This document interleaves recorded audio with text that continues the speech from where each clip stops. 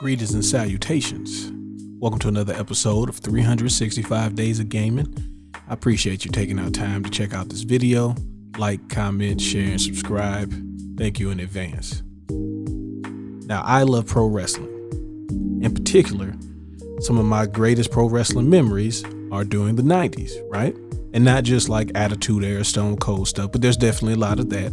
But more so the new generation, right? My favorite wrestler is Bret Hart. And during that time, all we wanted, on top of watching a lot of pro wrestling, was to play pro wrestling games. And there were a decent amount of them, but they were kind of sort of the same, like Raw and Royal Rumble are pretty much the same game.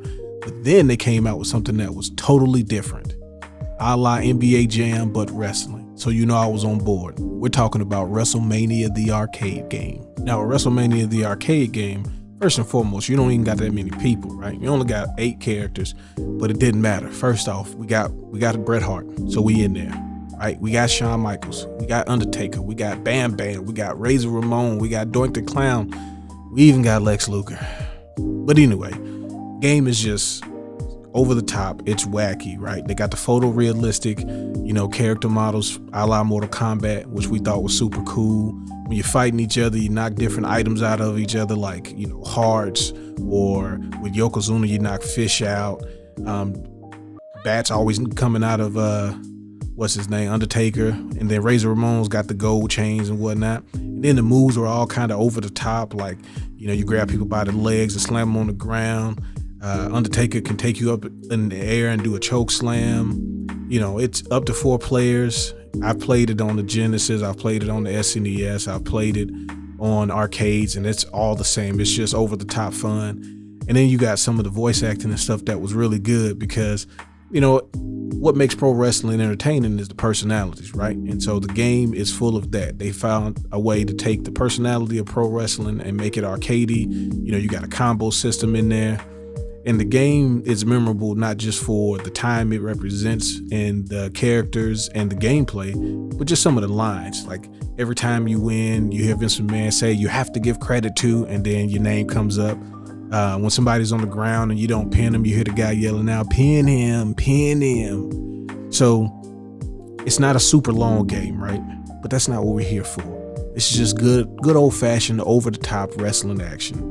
Right, you got the single player mode where you can go to the Intercontinental Championship, or you can do the World Wrestling Federation Championship, and basically it just means the difficulty level. If you put it on Intercontinental, you start off with one-on-one matches, and eventually you'll do a 1-on-2. If you start off on the Heavyweight Championship mode, you have to do 2-on-1 until you get to 3-on-1. So it's pretty preposterous, and it's definitely one of those games that was made for friends. It's made for fun.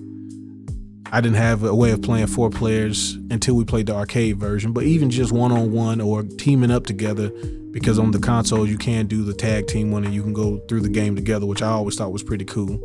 But yeah, this game is not about who's technically sound. I'm pretty sure there's probably some balancing issues, but who cares, man? Pick one of your favorite wrestlers from the new gen and let's go at it. You got your Razor Ramon doing the Razor's Edge, Shawn Michaels doing the sweet chin music, Lex Luger throwing the elbows, Yokozuna doing bonsais, Undertaker literally doing the tombstone and hitting you with the tombstone. Like, come on, what else could you ask for? It's pro wrestling, right? It's such good shit. So I enjoyed this game. I really, had fun every time I played it. There's also a sequel to it called In Your House, which, for better or for worse, it's there, it exists. It doesn't matter though, who cares?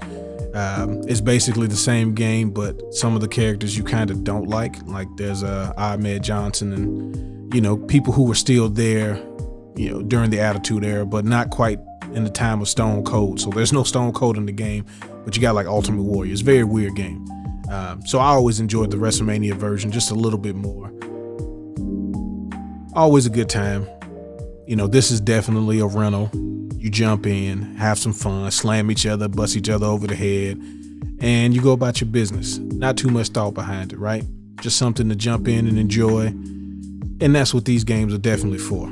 It's crazy to see, like, they don't even try stuff like this anymore. And when they do such greasy versions of it, like the Battlegrounds game, or they can't make their regular game work well, so they just don't make one at all. But back when they would license it out to people like Acclaim, you can get something very interesting and very fun. It's also a very cheap game. Let me explain to you that the game definitely just decides if it wants to win or it's going to let you win. So I got cooked several times. If you notice, I played with a few different people. It didn't matter.